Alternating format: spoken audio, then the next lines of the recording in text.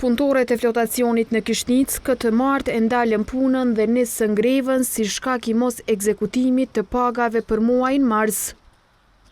Gjevdet Zymeri, i cili ka 20 vjet që punon në këtë flotacion, thot se ka 21 ditë prej kundërmarrja tripqa. Vetëm punëtorëve të këtij flotacioni nuk ua ka ekzekutuar pagat. Ta na kanë diskriminuar me mua edhe krejt që të shuk të miqtë. Se kur ka pas lek për krejt mjetë, për krejt punëtorët e njësive tjera, pse për neve s'ka pas. Ka mujtë me i bo, me i do në mënyrë proporcionale. Mirë po pagat, si ndalë edhe që këta punëtorë krejt janë grevë. Edhe ka dhe qika që si këtu. Ata thonë se mos ekzekutimi pagave me kohë po shkakton vështirësi ekonomike. Shumë kesh ndikon. Ashtë me borxhe, me kredia, me sene, me tatime, me dreshime, shumë kesh.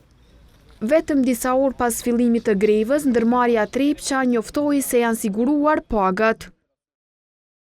Deri më tani, pagat kanë qenë të pa ekzekutuara vetëm për flotacionin në Kishnic për shkak të problemeve buxhetore dhe përmbarimore. Sot kemi arritur të finalizojmë edhe këto pagesa. Pagat për minatorët e Artanës edhe për personelin e sigurimit janë kryer më herët. Mjetet financiare janë siguruar nga eksporti realizuar më 18 prill 2025 nga njësia në Stantërg dhe janë shfrytzuar për mbulimin e pagave të njësisë në Kishnic.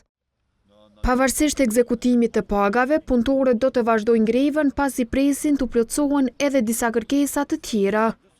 Nivelizimi pagave me vendin e njëjtë punës në Mitrovic. Pika e tretë është rigjenerimi vendeve të punës. Vetësa shkojnë një punëtori joni në penzion, nuk u gjeneru as një vend i punës, në vendin e punës më lëndu është jashtëzakonisht më i madh se kur i ki mjetet e punës, kushtet elementare. Faktikisht, takim me kryeshefin e ndërmarrjes nuk kemi kërku. E kemi bu që të kërkesë për grevë edhe presim më na u lajmënu. Na nuk tërhiqemi pa u përmbush kërkesat tonë. Me vonesa të pagave, vitin e kaluar u përballën edhe minatorët e njësisë biznesore miniera me flotacion në Stantërg, për çka qeveria ndau 4 milion euro me qëllim të tejkalimit të krizës.